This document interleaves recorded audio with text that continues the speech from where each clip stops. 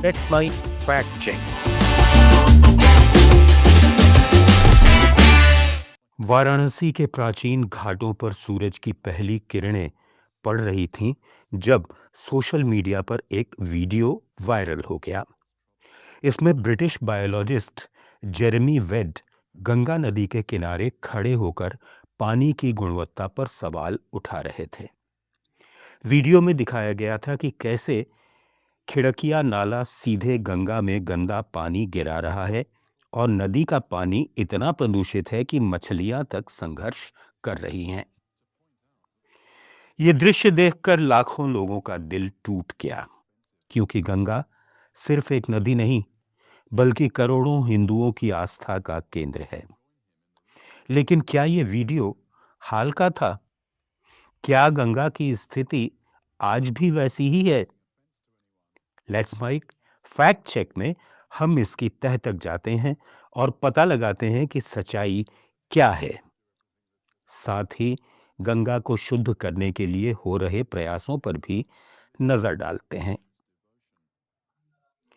ये video Jeremy वेड की series Jeremy weds mighty reverse the Ganges का हिस्सा है, जो मूल रूप से 2017-18 में रिकॉर्ड किया गया था।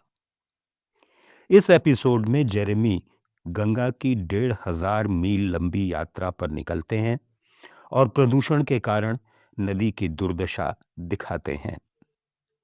वीडियो में वाराणसी के पास खिड़किया नाला दिखाया गया है, जो वरुणा गंगा संगम के निकट है, और उस समय ये नाला सीधे गंगा में अनट्रीटेड सीवेज डाल रहा था। लेकिन हाल में 14 जनवरी 2026 को रिवर मॉन्स्टर्स यूट्यूब चैनल पर इसे फिर से अपलोड किया गया, जिससे ये वायरल हो गया। लोग इसे वर्तमान स्थिति मानकर शेयर कर रहे थे, लेकिन सच्चाई ये है कि ये पुराना वीडियो है जो 2018 की स्थिति दर्शाता है।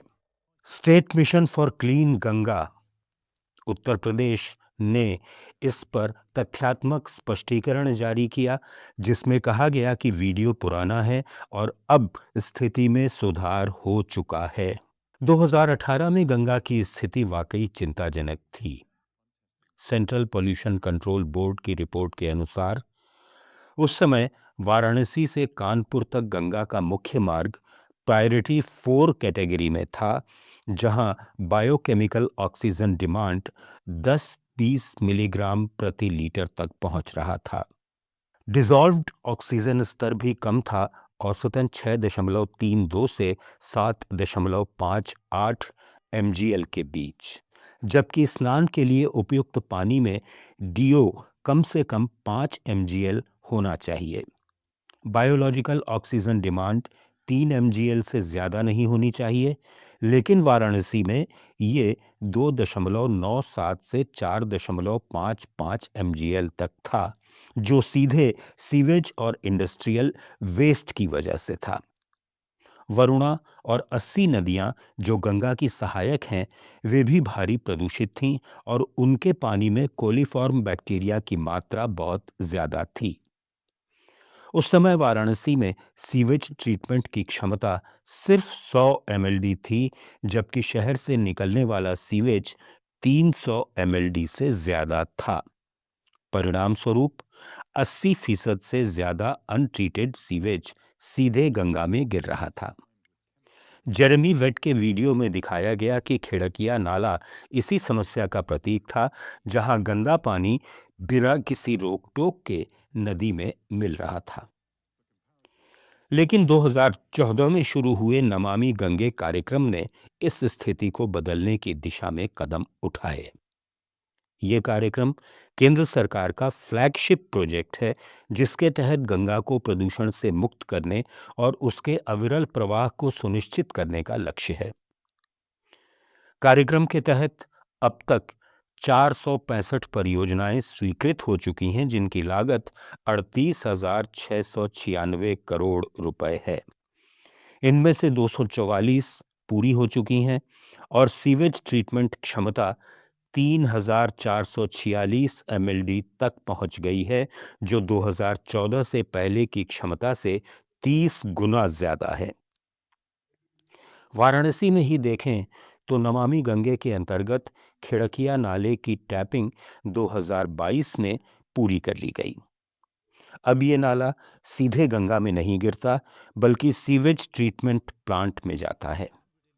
शहर में अब 7 ट्रीटमेंट प्लांट्स संचालित हैं, जिनकी कुल क्षमता 420 MLD है। 55 MLD का एक STP टेस्टिंग में है और अमृत 2.0 के तहत 7 MLD का एक और STP निर्माणाधीन है। ये प्लांट आधुनिक तकनीक से लैस हैं, जैसे कि सीक्वेंशियल बैच रिएक्टर और एडवांस्ड ऑक्सीडेशन प्रोसेस, जो पानी को इतना शुद्ध करते हैं कि इसे सिंचाई या इंडस्ट्रियल यूज के लिए इस्तेमाल किया जा सकता है। उदाहरण के लिए, वाराणसी का गोईठा STP, जो 120 MLD क्षमता का है, अब पूरी तरह ऑपरेशनल है और गंगा में सिर्फ ट्रीटेड पानी ही गिरता है। इन प्रयासों का असर पानी की गुणवत्ता पर दिख रहा है। 2025 की CPCB रिपोर्ट के अनुसार गंगा के मुख्य भाग में BOD स्तर में सुधार हुआ है। वाराणसी में 2018 में जहां BOD 3.59 MGL औसत था, वो 2025 में 2.93 से 3.69 MGL के बीच रह गया, जो स्नान के लिए उपयुक्त है। DO स्तर भी 7.18 से 7.7 MGL तक पहुंच गया है। पूरे उत्तर प्रदेश में कानपुर से वाराणसी तक स्ट्रेच प्रायोरिटी 4 से 5 में सुधार हुआ है, मतलब प्रदूषण कम हुआ है। 2025 में जनवरी से अगस्त तक के डेटा से पता चलता है कि गंगा में pH और DO स्नान के मानकों पर खरे उतर रहे हैं। हालांकि कुछ जगहों पर अभी भी चुनौतियां हैं, जैसे कि महाकुंभ 2025 के दौरान प्रयागराज में DO कम हुआ और BOD बढ़ा, लेकिन कुल मिलाकर प्रगति सकारात्मक है। नमामि गंगे सिर्फ सीवेज ट्रीटमेंट तक सीमित नहीं है। कार्यक्रम के 4 मुख्य स्तंभ हैं: नदी प्रदूषण में कमी, नदी तट विकास, जैव विविधता संरक्षण और जन जागरूकता। अब तक 206 सीवेज इंफ्रास्ट्रक्चर प्रोजेक्ट शुरू हो चुके हैं, जिनमें 33,003 करोड़ रुपए का निवेश है।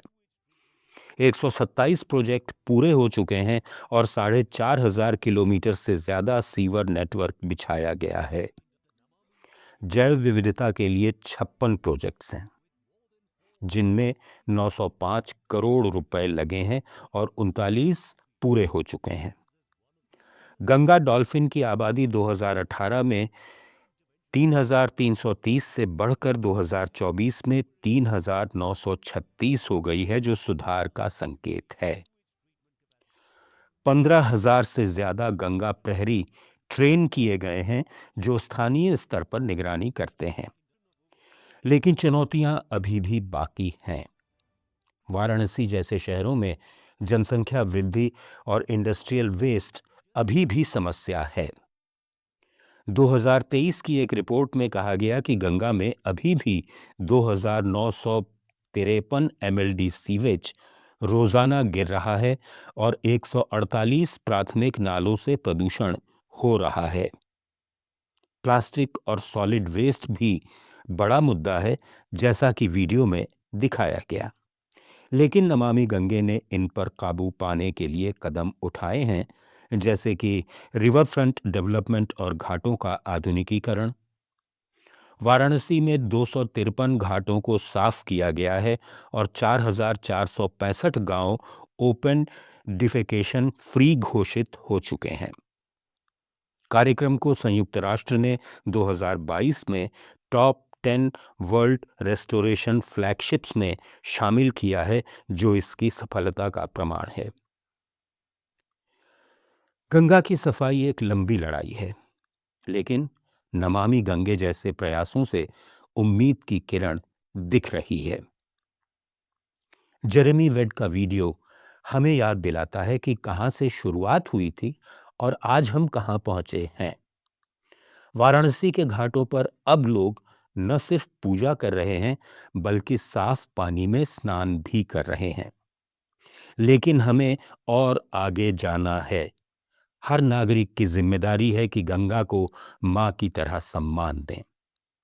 लेट्स माइक फैक्ट चेक कहता है कि वायरल वीडियो पुराना है और गंगा की स्थिति में सुधार हुआ है, लेकिन पूरी सफाई के लिए निरंतर प्रयास जरूरी हैं। बने रहें लेट्स माइक के साथ। जय हिंद। आप सुन रहे थे let's mic more than radio. Follow कीजिए हमें हमारे सोशल मीडिया प्लेटफॉर्म्स पर।